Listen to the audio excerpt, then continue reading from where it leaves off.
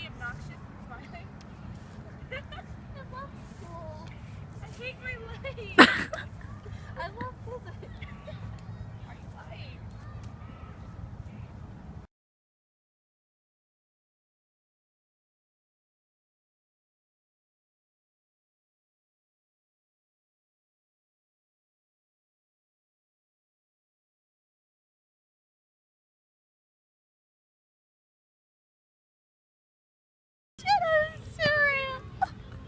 Clarissa, grade book, physics, Lang essay, mark your period ending, college apps.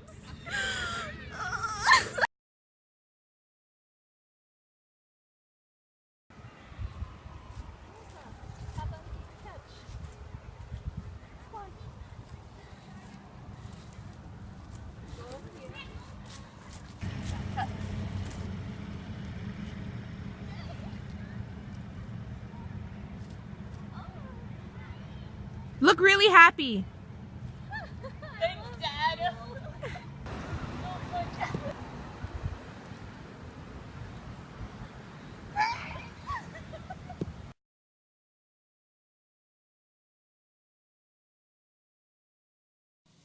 So what is a projectile? A projectile is when an object is launched in some type of way and it creates a trail. And this trail generally resembles the shape of a parabola.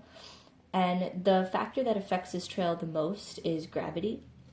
So the first thing we're going to do is identify how acceleration is always negative 9.8 meters squared in a projectile, on Earth at least. So no matter what point you're at, whether we're looking at when the object is released, during its pathway up, at the peak, on the way down, and at the bottom, the acceleration is always going to be negative 9.8 meters per second squared. So now we're going to go and try to identify the y velocities. So we know that the y velocity at the peak is going to be 0 meters per second.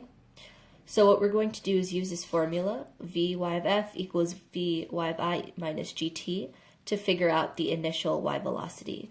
So we know that at the peak it's 0. And in our particular projectile, in order from the bottom to the peak and from the peak to the bottom, it was exactly 1 second. So when looking at this formula, we're going to do 0, because that's the y final velocity, to the peak, equals Vy of I minus 9.8, because that's g, times t, which is 1 second. So if we solve this equation for the initial y velocity, we get 9.8 meters per second. And for the final y velocity, we're going to use this formula here. So we know that Vi sine of theta is equal to the initial y velocity. So because of that, what's going to go here is 9.8, because that's what we figured out in the previous problem.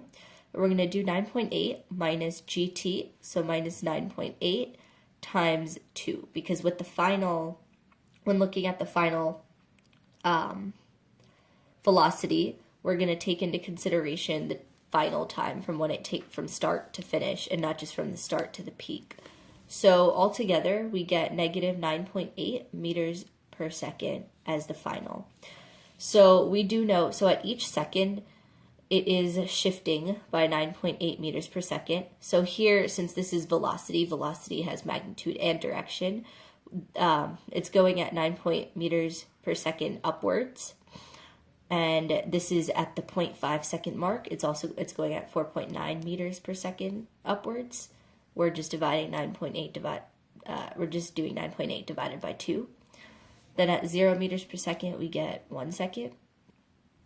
And then it's the same numbers. They replicate since it's a parabola.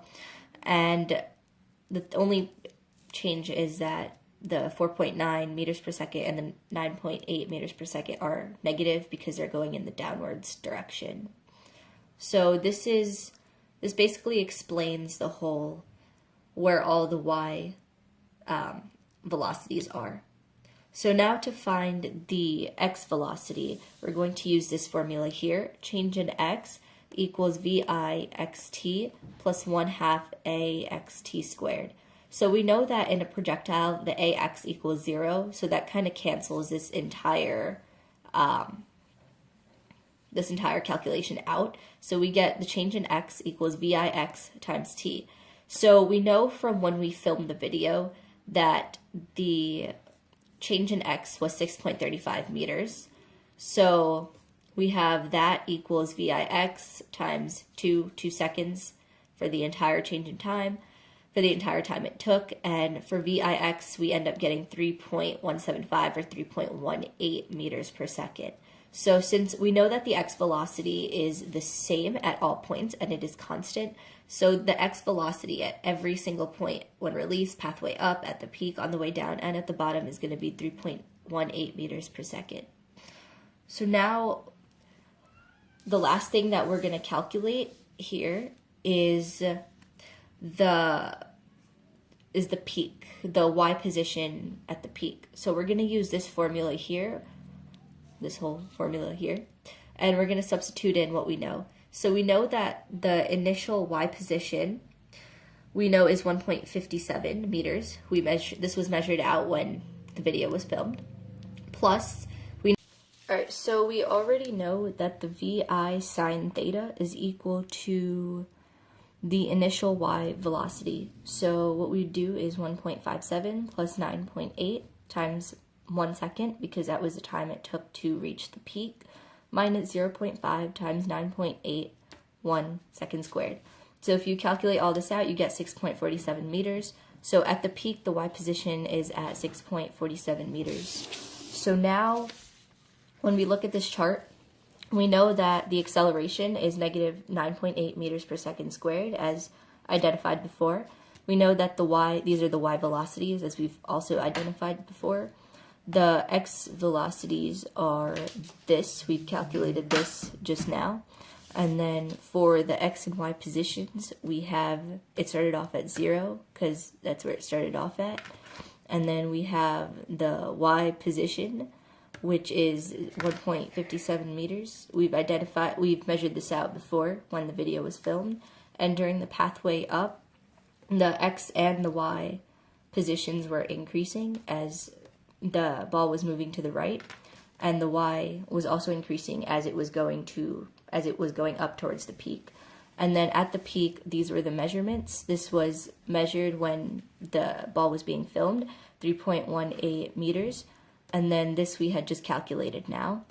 So on the way down, the ball is still increasing in the x direction because it's still moving to the right, but it is decreasing in the y direction because it is coming down from the peak. So at the bottom, the total x displacement is 6.35 meters, and the y displacement is 0 since it comes back to the ground. So a quick description on how air resistance, angle, and velocity affect the motion. So for air resistance, the x displacement and the peak decreases if the air resistance is large enough to affect the motion. And in a parabola, there is exactitude and symmetry. But when air resistance comes into play to the extent where it affects the parabola, it'll also affect the shape of the parabola, and there won't be perfect symmetry there. So the parabola won't necessarily be completely perfect. And in terms of the angle, so this is in terms of how angle affects the motion. So this is the formula. So basically, when it's at 45 degrees, there's the largest x displacement, and then at 30 degrees and 60 degrees, there is the same displacement in general. So that's that. And then for initial velocity, the larger the initial velocity is, or the more force there is, the larger the x displacement is at a specified angle.